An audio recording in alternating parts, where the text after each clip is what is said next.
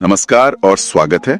आज हम एक बहुत ही दिलचस्प मामले पर बात करने वाले हैं। हाँ, नमस्कार। कि कैसे अमेरिकी प्रतिबंधों के बावजूद ईरान ने हाल ही में 5 बोइंग 777 जेट विमान हासिल कर लिए। ये वाकई एक बड़ी खबर है। बिल्कुल, हमारे पास इस पर कुछ लेख हैं, विश्लेषण हैं जो बता रहे हैं कि ये सब कैसे हुआ। तो आज की चर्चा में हम यही समझने की कोशिश करेंगे कि ये विमान ईरान की महान एयर तक पहुंचे कैसे, क्या रास्ते अपनाए गए और इसके मायने क्या हैं। हाँ, तो मामला ये है कि ईरान की जो महान एयर है, जिसका कनेक्शन IRGC मतलब इस्लामिक रेवोल्यूशनरी गार्ड कॉर्प्स से भी जोड़ा जाता है। अच्छा। उन्होंने 5 बोइंग 777-200ER विमान जो पहले सिंगापुर एयरलाइंस उड़ाती थी, वो अपने बेड़े में शामिल कर लिए हैं। और ये तो सीधे सीधे अमेरिकी प्रतिबंधों का उल्लंघन हुआ ना। बिल्कुल सीधा उल्लंघन है, क्योंकि नियम साफ कहते हैं कि कोई भी विमान जिसमें 10% से ज्यादा अमेरिकन कंपोनेंट्स या पुर्जे लगे हों, उससे ईरान को नहीं बेचा जा सकता, ट्रांसफर नहीं किया जा सकता। तो फिर सवाल यही उठता है कि जब इतने कड़े नियम हैं, तो ये विमान आखिर ईरान पहुंचे कैसे? ये रास्ता तो मतलब काफी टेढ़ा मेढ़ा लग रहा है। हाँ, रास्ता बिल्कुल सीधा नहीं था, बहुत ही घुमावदार। जानकारी के मुताबिक ये विमान ऑस्ट्रेलिया से चले।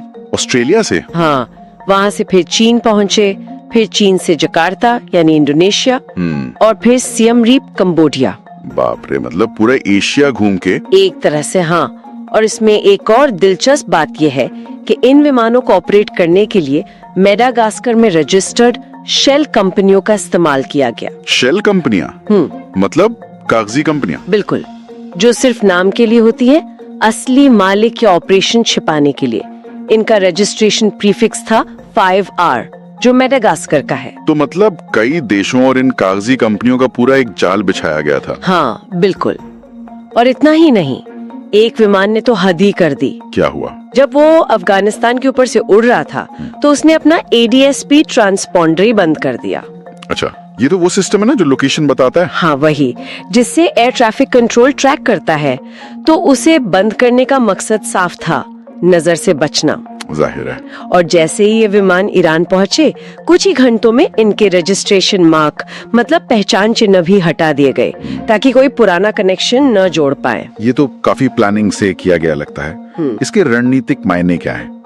क्या ये सिर्फ 5 विमान पाने की बात है या कुछ और? नहीं, ये उससे कहीं ज्यादा बड़ी बात है। रणनीतिक तौर पर देखें तो प्रतिबंधों के दौर में ये ईरान का अब तक का सबसे बड़ा अमेरिकी विमानों का अधिग्रहण है। पर संख्या से ज्यादा जरूरी है तरीका। जिस तरह से चीन, इंडोनेशिया, कंबोडिया, मेडागास्कर, इन सब जगहों की कंपनियों और रास्तों का इस्तेमाल हुआ, वो दिखाता है कि ईरान ने ग्लोबल मॉनिटरिंग और प्रतिबंधों के सिस्टम को बाईपास करने का एक बहुत ही क्या कहते हैं सोफिस्टिकेटेड तरीका ढूंढ लिया है। तो कैसे ये माना जाए कि ईरान ने एक तरह से अमेरिकी प्रतिबंधों को मात दे दी? कुछ विश्लेषण तो यही कह रहे हैं। हाँ, कुछ विश्लेषक इसे बिल्कुल ऐसे ही देख रहे हैं कि ये ट्रम्प युग के जो मैक्सिमम प्रेशर वाले प्रतिबंध थे, उनको एक तरह से ईरान ने चकमा दे दिया है। और ये निश्चित तौर पर अमेरिकी प्रतिबंधों की जो रणनीति है, उसकी प्रभावशीलता पर सवाल खड़ा करता है। सही बात है, मतलब प्रतिबंध लगाना एक बात है, और उन्हें पूरी दुनिया में लागू करवा पाना वो बिल्कुल अलग चुनौती है। बिल्कुल। और जैसा कि आपने कहा और हमारे स्रोतों में भी जिक्र है, ईरान के लिए ये कोई पहली बार नहीं है। वो पहले भी ऐसे तरीके इस्तेमाल करते रहे हैं। हाँ, ये उनकी पुरानी रणनीति रही है।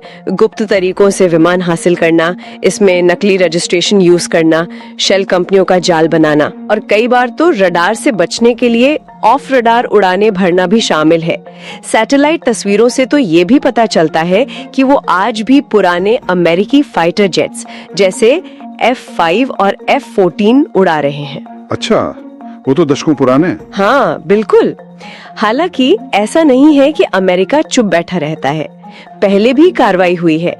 एक बार एक बोइंग 747 कार्गो प्लेन को जब्त भी किया गया था, क्योंकि वो निर्यात कानूनों का उल्लंघन करके हासिल किया गया था। तो जब ये कहा जा रहा है कि एशियाई रास्ते ने ईरान की मदद की, इसका ठीक मतलब क्या समझे? क्या ये देश सीधे तौर पे शामिल थे? देखिए, मदद या मात शब्द यहाँ थोड़े सिंबॉलिक हैं, प्रतीकात्मक। अच्छा, ऐसा शायद नहीं है कि इन देशों की सरकारों ने सीधे सीधे कहा कि हाँ, हम ईरान की मदद करेंगे अमेरिका के खिलाफ। लेकिन जो साफ दिख रहा है वो ये कि इस पूरे ऑपरेशन को कामयाब बनाने में एशियाई देशों में जो लॉजिस्टिक चेन है, मतलब जरूरी भूमिका निभाई। ओके। इन कड़ियों के बिना ये विमान शायद ईरान पहुंच ही नहीं पाते।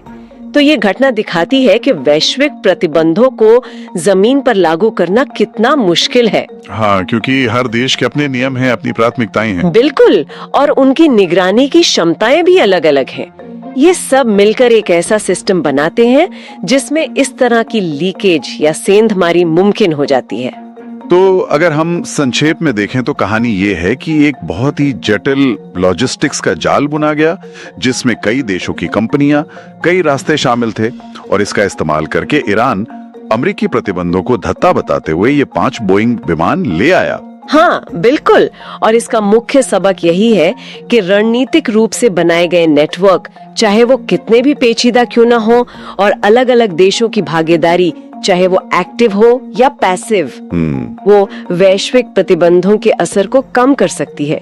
ये दिखाता है कि ग्लोबल पॉलिटिक्स सिर्फ सरकारों की आपसी बातचीत नहीं है, बल्कि इसमें लॉजिस्टिक्स, कॉर्पोरेट ढांचे और टेक्नोलॉजी का भी बड़ा रोल है। और ये हमें इस सवाल के साथ छोड़ जाता है कि भविष्य में इस तरह की जो परिष्कृत मतलब सोफिस्टिकेटेड लॉजिस्टिक रणनीतियां हैं, वो वैश्विक शक्ति संतुलन को, अंतर्राष्ट्रीय नियमों को और ये जो प्रतिबंधों की राजनीति है, हाँ, उसको किस तरह से बदल सकती हैं। ये वाकई सोचने वाली बात है। बिल्कुल, ये आगे देखने वाली बात होगी।